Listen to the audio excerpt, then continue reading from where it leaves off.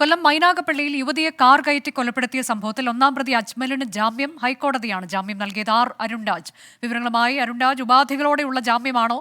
എന്താണ് കോടതി ഉത്തരവിൽ പറയുന്നത്?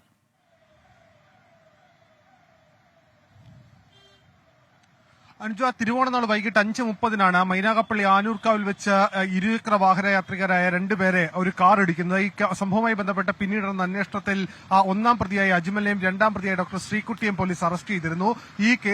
കേസുമായി ബന്ധപ്പെട്ട് രണ്ടാം പ്രതിയായ ശ്രീകുട്ടിക്ക് നേരത്തെ ജില്ലാ മജിസ്ട്രേറ്റ് കോടതി ജാമ്യം അനുവദിച്ചു. പക്ഷേ ഒന്നാം പ്രതിയുടെ ഭാഗത്തുനിന്നുണ്ടായത് ഗുരുതരമായ വീഴ്ചയാണ്. ബോധപൂർവമായി പിന്നീട് ഈ സ്ത്രീയുടെ ശരീരത്തോടെ വാഹനം കയറ്റിയിറക്കിയെന്നായിരുന്നു പോലീസിന്റെയും പ്രോസിക്യൂഷന്റെയുമായ വാദം. ഇത് അംഗീകരിച്ചാണ് കോടതി കഴിഞ്ഞ 59 ദിവസം അജ്മലിന് ജാമ്യം നൽകാതിരുന്നത്. ഇന്ന് കേസ് പരിഗണിച്ച ഹൈക്കോടതിയാണ് ഉപാധികളോടെ ഇപ്പോൾ അജ്മലിന് ജാമ്യം നൽകിയിരിക്കുന്നത്.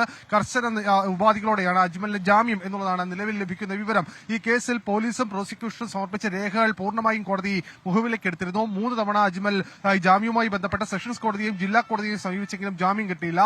ഒടുവിൽ ഹൈക്കോടതിക്ക് മുമ്പാകെ എത്തുമ്പോഴാണ് ഈ കേസിൽ ഒന്നാം പ്രതിയായ അജ്മലിന് ഇപ്പോൾ ജാമ്യം ലഭിച്ചിട്ടുള്ളത്. അനുജ, അതിൽ കോടതി എന്തെങ്കിലും പ്രത്യേകമായി ഉത്തരവിൽ ചൂണ്ടിക്കാട്ടുന്നുണ്ടോ? അതിന്റെ വിശദാംശങ്ങൾ നമുക്ക് ലഭിച്ചിട്ടുണ്ടോ അരുൺരാജ്?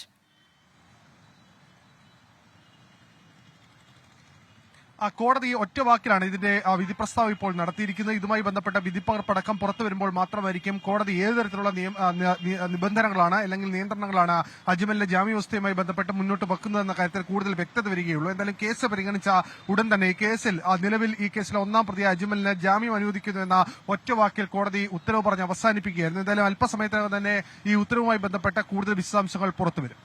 ശരി. കൊല്ലം മൈനാഗപ്പള്ളിയിൽ യുവതിയെ കാർ കയറ്റി കൊലപ്പെടുത്തിയ സംഭവത്തിൽ ഒന്നാം പ്രതി അജ്മലിന് ഹൈക്കോടതി ജാമ്യം അനുവദിച്ചിരിക്കുന്നു. നേരത്തെ കീഴ്ക്കോടതി ജാമ്യം നിഷേധിച്ചിരുന്നു.